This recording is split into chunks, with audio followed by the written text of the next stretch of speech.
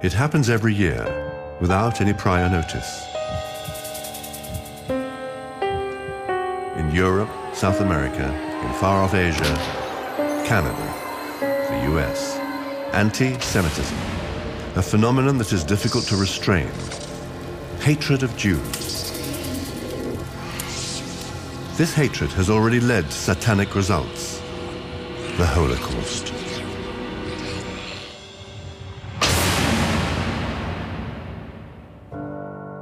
Author and Nobel laureate Elie Wiesel. Never shall I forget that night, the first night in camp that turned my life into one long night, 7 times sealed. Never shall I forget that smoke. Never shall I forget the small faces of the children whose bodies I saw transformed into smoke under a silent sky. Never shall I forget those flames that consumed my faith forever. Peter Wiesel, Elie Wiesel's nephew, left Budapest because of anti-Semitism. I don't feel comfortable here. I think all of Europe has a very strong rise of anti-Semitism and anti-Zionism. The shoes that are here represent when they threw Jews into the Danube, tying barbed wire around them. Nowadays, they put pigs' heads here and pigs' feet into the shoes without fear of retribution. In Venezuela, there is scalding criticism of Jews. Growing manifestations of anti-Semitism are commonplace. Constantemente en los medios de comunicación, sea televisión, en radio y en internet, están hablando muy mal de Israel y de los judíos. Mi convicción es que eso realmente viene como de línea gubernamental y va bajando hacia la población. In France, too, manifestations of anti-Semitism are sprouting up all over. These are unacceptable. Et ce sont des gamins qui s'amusaient d'une manière très violente à lancer des cailloux, des pierres très grosses à la maison. Une autre de mes filles a été attaquée dans la rue, en bas de chez nous. On l'a obligée de se mettre à genoux et de crier « Vive la Palestine », dire à ma fille qui un jour est venue vers moi en disant « Maman, j'aimerais bien ne plus être juive ». Palevris, a contemporary Greek writer and historian, wrote the book Jews, the Whole Truth.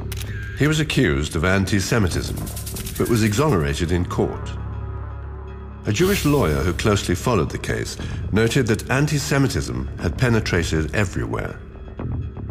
This is something I find it really very representative of his book. The time has come to give the Jew the designation he deserves. What is he who tortures? What is he who shoots? What is he who murders women or unarmed people? What is he who rapes? What is he who wants to drink our blood? What is he who does all this together? He is the subhuman Jew. Sharansky was a Soviet prisoner of Zion in the Soviet Union. Today, he's standing up to waves of anti-Semitism through every means at his disposal. These are the faces of anti-Semitism today.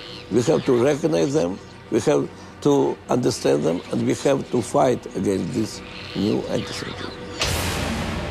Wherever anti-Semitism begins to emerge, we must address it seriously and try to uproot it, for our sakes and for the good of humanity.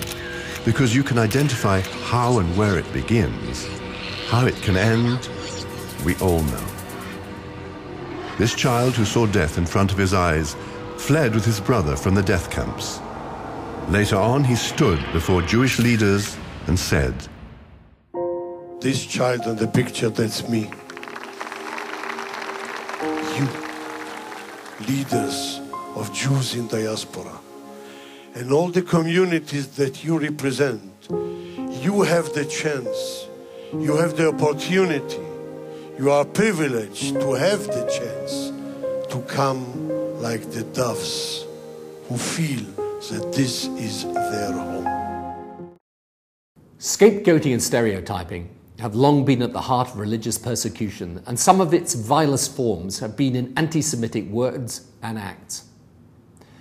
Since the turn of the millennium, there has been an increase in violence against Jews in Europe. Arson at Jewish schools, vandalism and desecration of synagogues and cemeteries. as well as attacks and verbal abuse of individuals. It goes without saying that we are all shamed by these incidents, but they are promoted by a small minority of extremists who do not represent the wider communities they claim to. These acts are offensive not just to Jews, but to all supporters of religious freedom and tolerance worldwide. I condemn all instances of violence and discrimination against individuals and groups because of their faith or belief, wherever they occur and whatever the religion of the individual or group concerned. A few years before I became the world chairman of Keren Hayesod, I served as a minister in the Israeli government. On the day of swearing in to become a minister, my father, who is a Holocaust survivor, told me about his childhood. He told me how he saw his father being killed by the Germans, how he had to hide himself, to look for shelters for years. And he said, you know, as a child, I didn't have childhood. I couldn't imagine myself growing up, having a family, having a son. And if somebody would have told me that I'm going to have a son that will be a minister, and a minister in the Jewish state, I couldn't even imagine something like this being happening. And that was only 60 and something years ago, not too long. I truly believe that as long as the gates of Jerusalem are open, the gates of Auschwitz will remain closed. And this is what Keren Hayesod is all about. Leading the fight against anti-Semitism, Jewish communities throughout the world must remember that there is one place that must be preserved like the apple of one's eye. There is one place where every Jew, in times of distress, can find a home and feel part of a real, warm and embracing family. The State of Israel.